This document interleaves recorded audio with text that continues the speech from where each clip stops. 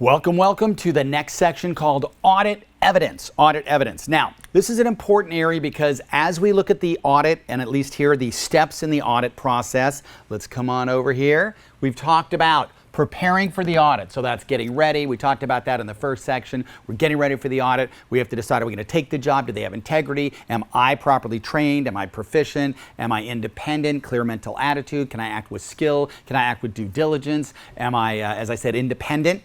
Then we said, okay, let's go up to obtaining an understanding. This was internal control. Obtaining an understanding of internal control, assessing RMM, performing T of C. That was very heavily tested. That talks about understanding internal control. So we need to understand the design, document it, assess control risk, reassess, do or T of C, reassess, and then draw conclusions, document it. We talked about internal control reports, different types.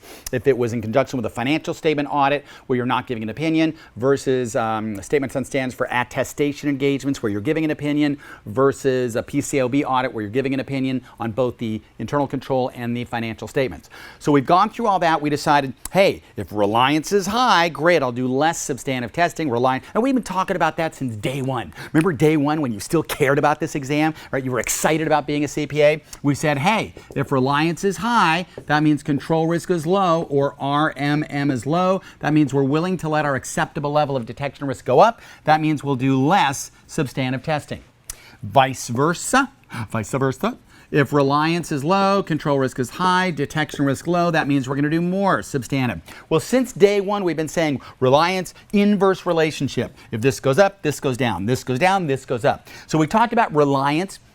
That's your T of C, that's your ARC and your RIO. What are we testing for? Authorization, recording, custody, comparison. The person that does this should not do this, should not do this, should not do this. The person that authorizes should not record, should not have custody of the assets, should not do the check or the comparison, the bank reconciliation. And how do we do that? Noah built an ark and he sailed to where? Rio de Janeiro, woohoo, for Carnival. Which I think is in February, by the way. So once you pass the exam, hey, go to Carnival. Reperformance, inquiry, inspection, observation. Those are your tests of controls. Not to be confused with your risk assessment procedures, which was kind of similar, but it was AIIO, analytical procedures, inquiry, inspection, observation. So it was kind of similar. Those are risk assessment procedures. And these are your actual test of control. So that's how you're tying it together to do your T of C. What are we trying to do? We're trying to understand internal control. Can we not? Well, since day one, we've been saying less substantive, more substantive. What is substantive testing? That is what we're doing to substantiate or corroborate the numbers in these statements. Whose statements are these? Management. So we're trying to corroborate because at the end of the day, we're trying to give an opinion. In my opinion, the statements referred to above presents fairly in all material respects the financial position of EXCO as of 12/31/X1, the results of its operations in conformity with the applicable financial reporting framework or GAAP. So that's what we're looking at. So as we continue on, now we're here performing our substantive procedures, then formulate an opinion and draft the report. So this is what we're talking. So keep in your mind where we are in the scope of things. Where are we in the course of the audit? We've gone all the way over to here doing our substantive testing. Now, what does that mean? Quick overview. It means that we're picking up these statements. Whose statements are these? Management. In these statements, they are making certain assertions in the form of these financial statements. What are the assertions they're making? And we're going to see that a good way to remember it is this mnemonic or memory aid, you perceive. Management is asserting that everything is understandable and properly classified. Your job is to obtain enough good evidence, sufficient, appropriate, corroborative audit evidence to substantiate that. Management is asserting, and basically this is one of the broad categories, but presentation and disclosure, everything's properly presented, adequately disclosed. Existence and occurrence, all the assets exist, all the transactions that created the asset actually occurred. So if we have accounts receivable, they exist, and the sale that created the receivable actually occurred. Rights and obligations, rights ownership, who has the pink slip to the car, who has title to the asset, who has the deed, rights, insurance. Completeness and cutoff means everything is in there for the whole periodicity, cutoff testing. And again, you're thinking about it again. Don't assume the client is honest. If the company wants to make themselves look better, they want to overstate assets, overstate revenues. They want to make all their assets look current. They want to understate liabilities, understate expenses. They want all their liabilities to look non-current. See? So that's where we're looking at cutoff testing, because they may pull in January's revenues to today and December's expenses push them off to tomorrow. That's where periodicity or cutoff completeness. They're asserting everything is complete. Your job to obtain enough evidence. Valuation, allocation, accuracy, that means, for example, everything's proper amount, lower of cost or market, net realizable value. So that kind of relates to your financial accounting knowledge, which I know is vast knowledge, but that's what we're looking at as far as these are the assertions. So these are the assertions management makes. Your objective, as you'll find out, will be to corroborate these assertions. The way you're going to do it is by doing your substantive test. Now, I've been saying substantive, substantive, substantive since day one. Everyone's like, what's a substantive test? Here they are. These are your substantive tests or your audit procedures. These are the actual tests you're going to do to corroborate or substantiate the assertions that management is making. Hello, it's my mom. I love you too. So, what are the audit procedures? I-Korea. What does I-Korea mean? We're going to ask questions. We're going to confirm, observe, recalculate, reperform, inspection of assets, inspection or examination of documents, records and documents. And then analytical procedures, which we mentioned in planning, we'll expand on today. We'll go through a whole bunch of formula and ratios. But I'm giving you a quick overview. So what we're doing today, we're picking up these statements. Whose statements are these? Management's. Management is asserting these things here. Our objective is to substantiate or corroborate those. How are we going to do it? By doing these audit procedures called substantive testing. So when we say reliance is low, more substantive testing. When we say reliance is high, less substantive testing. That's what we're looking at as far as the different types of tests we're going to perform. So again, just so you kind of understand where we are, and again, in looking in the steps of the audit, we are now here. That means in the future, we'll go ahead and actually draft the report, draw an opinion, formulate an opinion, issue the audit report. We'll study the report, learn the report modifications. It just gets better and better with every hour. Yeah, loving it. All right, let's look at our notes. Audit evidence. AUC 500 requires an auditor to design and perform audit procedures that are appropriate in the circumstances for the purpose of obtaining sufficient, appropriate audit evidence. So when we go through and talk about it, we're saying sufficient, appropriate audit evidence, enough good evidence. We're going to have to break down those terms, sufficiency, appropriateness, and audit evidence. Because it seems like, again, like, oh, it's just a word, sufficient, appropriate, audit evidence, but that's what we need. One more time. Requires the auditor to design and perform different procedures, audit procedures, that's your I-Korea, that are appropriate in the circumstances for the purpose of obtaining sufficient, appropriate audit evidence. So that's what we're looking at. It says, as discussed in internal controls, based on the understanding, the auditor will determine the nature, what, timing, when, extent. What, when, how much. Nature is what? Timing is when. Extent, how much of the substantive test necessary to gather enough appropriate evidence. Sufficiency relates to the extent of testing, appropriateness to the nature.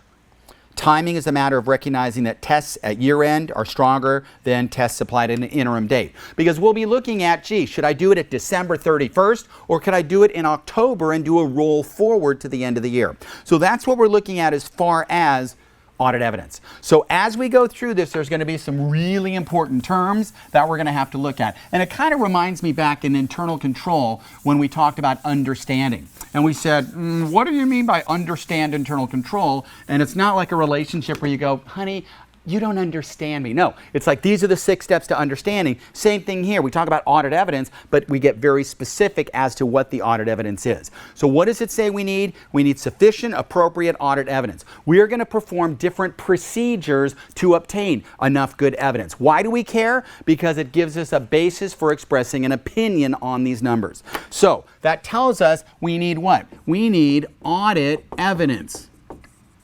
That's what it says. We need audit evidence. But when we say we need audit evidence, there are 2 qualities that make it good. We need sufficiency, we need appropriateness. So we need sufficient, appropriate,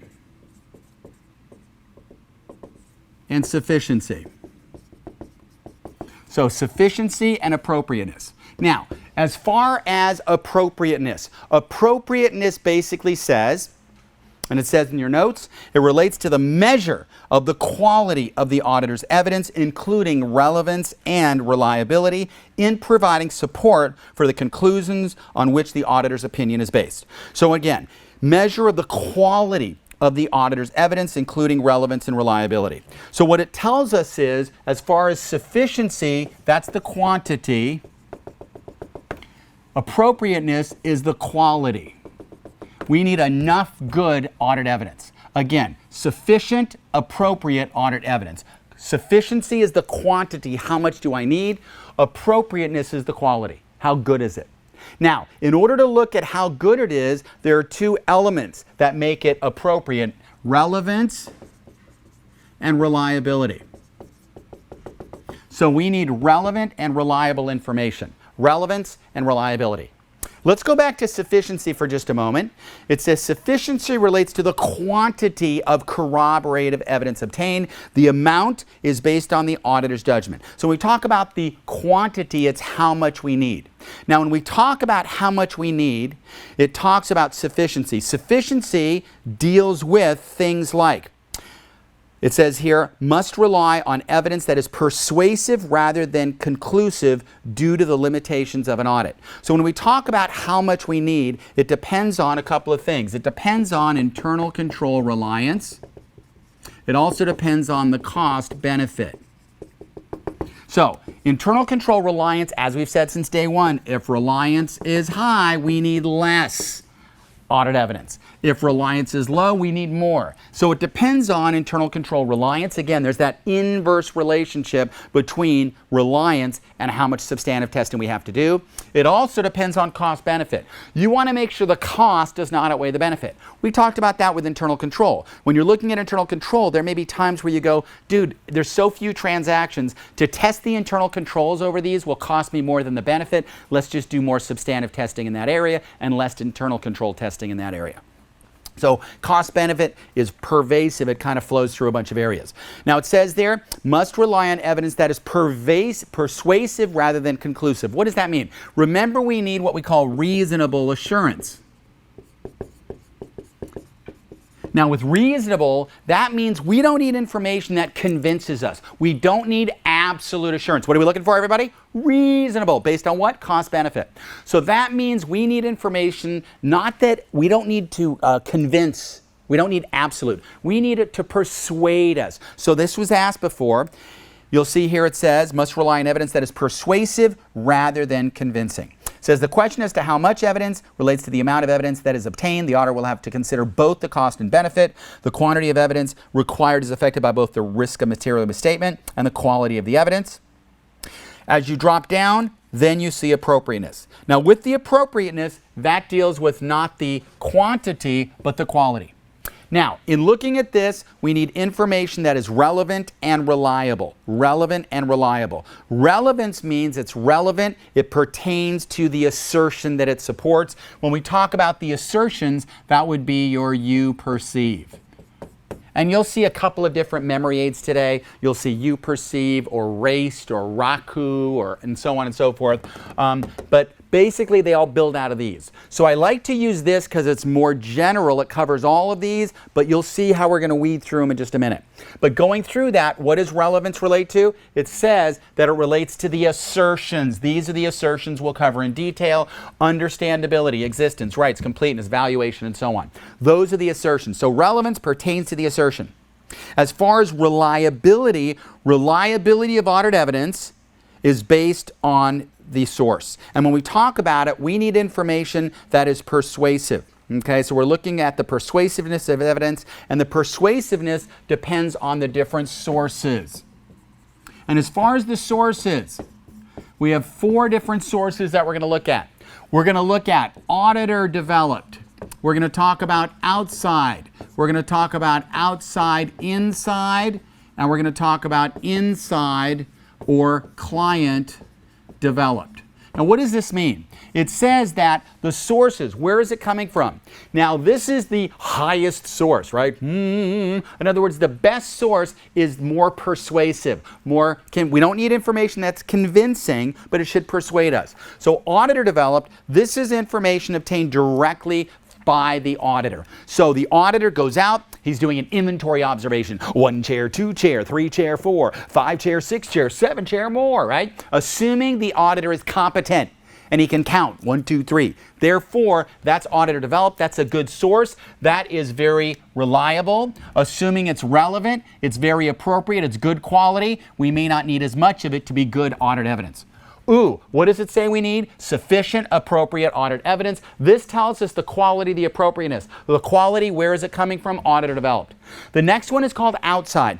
Outside is something created outside. So in other words, you get it from directly outside. The client didn't get their grubby little fingers on it. Like a confirmation, bank confirmation, inventory confirmation, receivable, payable confirmation. So that is something that we prepare.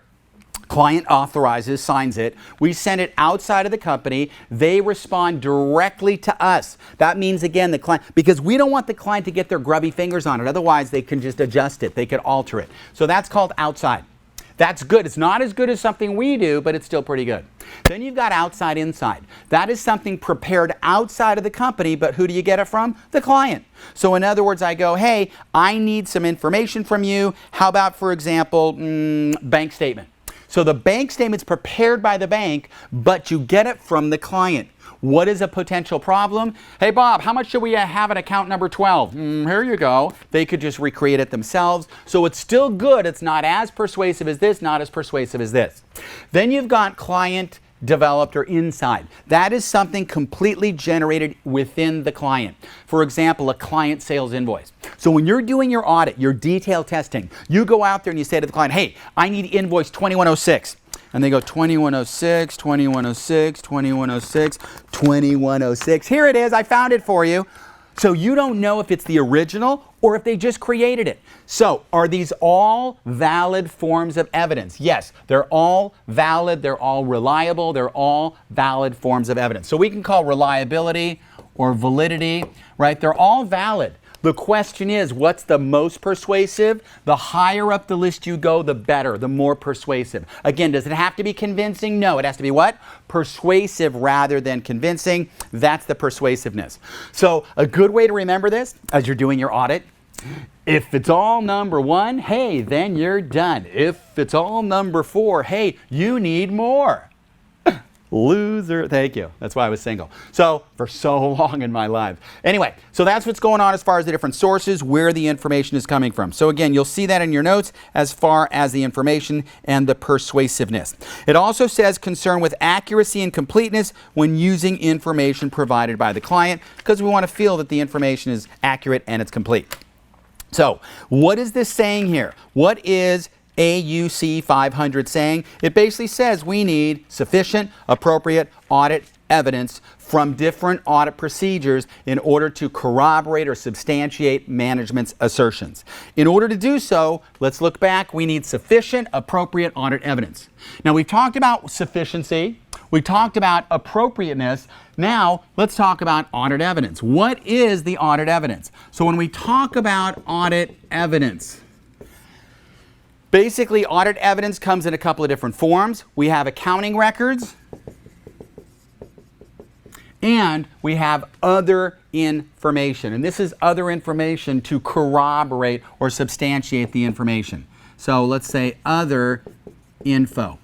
Now, as far as the audit evidence, accounting records, it says here, audit evidence. AUC 500 defines audit evidence as all the information used by the auditor in arriving at the conclusions on which the audit opinion is based, including the information contained in the accounting records underlying the financial statements and other information. So let's get more specific. So when I say I need sufficient, appropriate audit evidence, I need enough good audit evidence. I'm saying enough good what? Audit evidence. What is audit evidence? Accounting records, other information. What are examples of accounting records? It says, and this is stuff you generally get from the client, checks, invoices, contracts, general and subsidiary ledgers, journal entries and other adjustments, worksheets, spreadsheets, and other records that support the cost allocations, computations, reconciliations, disclosures. That is all the stuff that we're getting from the client. That is what we mean by accounting records. Then it says Other information, that is the information we get to corroborate or substantiate it. So let's do this, for example. These are the clients. Whose statements are these? Management. These are the client's books and records. So when we say, I need to give an opinion on these numbers, what do we mean by audit evidence? I need enough good audit evidence. What is audit evidence? It's this stuff right here. That's the audit evidence. And everything I obtain, the other information I obtain to corroborate or substantiate these numbers. What is the other information? Board of Directors minutes, confirmations. Now, who did you get a confirmation from? Someone outside the company. Comparable data about competitors called benchmarking. Information obtained by the auditor from audit procedures such as inquiry, observations, inspection of documents. That's what we mean by other information. So we need enough good evidence. Again, sufficiency, appropriateness, quantity, quality, audit evidence. What's audit evidence? The accounting records in this. Very important point. You'll see this. Underlying accounting data alone is not sufficient appropriate audit evidence upon which to base the auditor's opinion. When I look at their information, this alone is not enough upon which to base my opinion. I need the accounting information and everything else, the other information, to corroborate or substantiate the assertions they are making.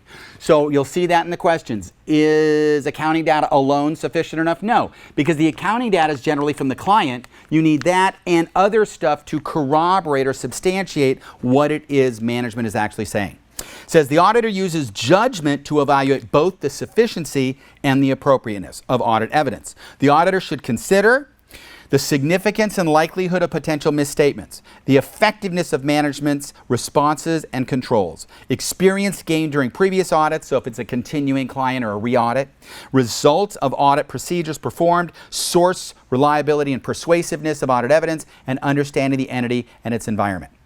All right, so again, that deals with the sources. Now, a couple of things on sources. Audit evidence obtained directly by the auditor is more reliable than audit evidence obtained indirectly. So again, direct is more reliable than indirect. So when we go through this, that's kind of the list again. Auditor developed, outside, outside, inside, inside. It says the reliability of evidence is increased when it is obtained from independent sources, outside. Next comes outside, inside, and then internally. It says audit evidence in documentary form, whether paper, electronic, or other medium, is more reliable than oral. So written is more reliable than oral, for example. Audit evidence obtained by original documents is more reliable than photos, faxes, documents that have been filmed, digitized, or, and of course that makes sense. I mean, if you can see the original, like, you know, my employees, right? I'm professional skepticism. Everyone's out to get me. So what do I need? If you do an expense report, I need the original documentation, right? Not a copy, because you could just use that copy every couple of weeks. Hey, Raj, here's this, here's another hotel, here's another hotel. I'm like, dude, what are you doing? Sleeping in hotels? Can't do that. So that's why we need original information. So to start out, what are we saying here? We need sufficient, appropriate, audit evidence. Why do we need, what is the audit evidence? The audit evidence is, boom, this stuff, accounting records and other information. Here's where it comes from. Why do I need that? I need that in order to corroborate these assertions. Why? Because my objective is to corroborate those that are material. How do I do it? By doing substantive tests or audit procedures. These are the tests I'm going to do in order to substantiate or corroborate the assertions that management is making. So that's kind of the big picture of where we're about to go.